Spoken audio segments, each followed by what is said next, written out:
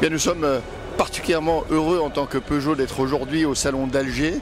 Ce salon d'Alger qui s'inaugure à la suite d'une année 2013 dans laquelle Peugeot a conquis la première place sur le marché des véhicules particuliers en Algérie, qui montre à quel point la société Peugeot a réussi à établir un lien privilégié avec le peuple algérien. Nous en sommes évidemment à la fois très contents et très fiers.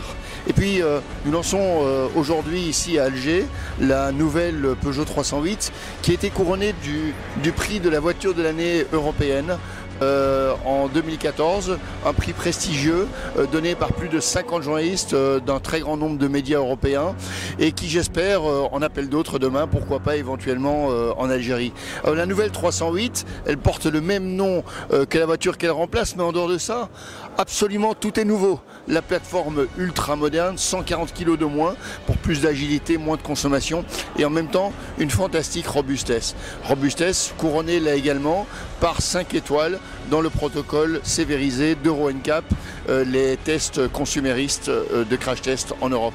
Donc un niveau de sécurité très important et on sait à quel point la question de la sécurité est une question importante en Algérie. Question à laquelle d'ailleurs Peugeot contribue au travers du partenariat qu'il a avec l'association Baraka. Alors cette nouvelle 308, je disais, une nouvelle plateforme, des nouveaux moteurs ultra modernes, basse consommation, des HDI formidables. La marque Peugeot est réputée, je pense, mondialement pour la qualité de ses moteurs diesel, très appréciés d'ailleurs par les Algériens, et également des nouveaux moteurs essence, en particulier les nouveaux moteurs 1,2 litre 3 cylindres, ultra modernes, là encore, basse consommation, beaucoup de couples à bas régime. Et enfin, dans cette 308, un intérieur totalement revisité, là encore ultra moderne avec une planche de bord sobre, dégagée de tous ses boutons, un écran central tactile que nous avons véritablement martyrisé lors des tests. On lui a fait subir plus de 4,4 millions de pression sans qu'il y ait le moindre problème.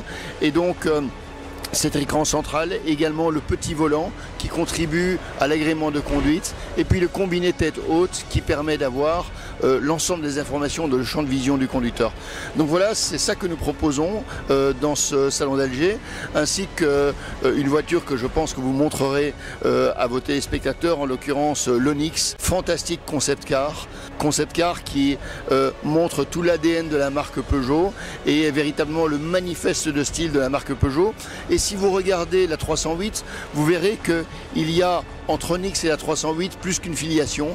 Il y a vraiment quelque chose qui montre que lorsque nous faisons des magnifiques concept cars, ils ne sont pas entièrement gratuits, ils finissent par profiter aux clients, y compris ici en Algérie.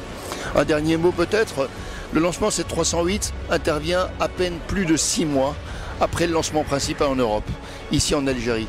C'est dire combien le marché algérien est important pour Peugeot et le restera.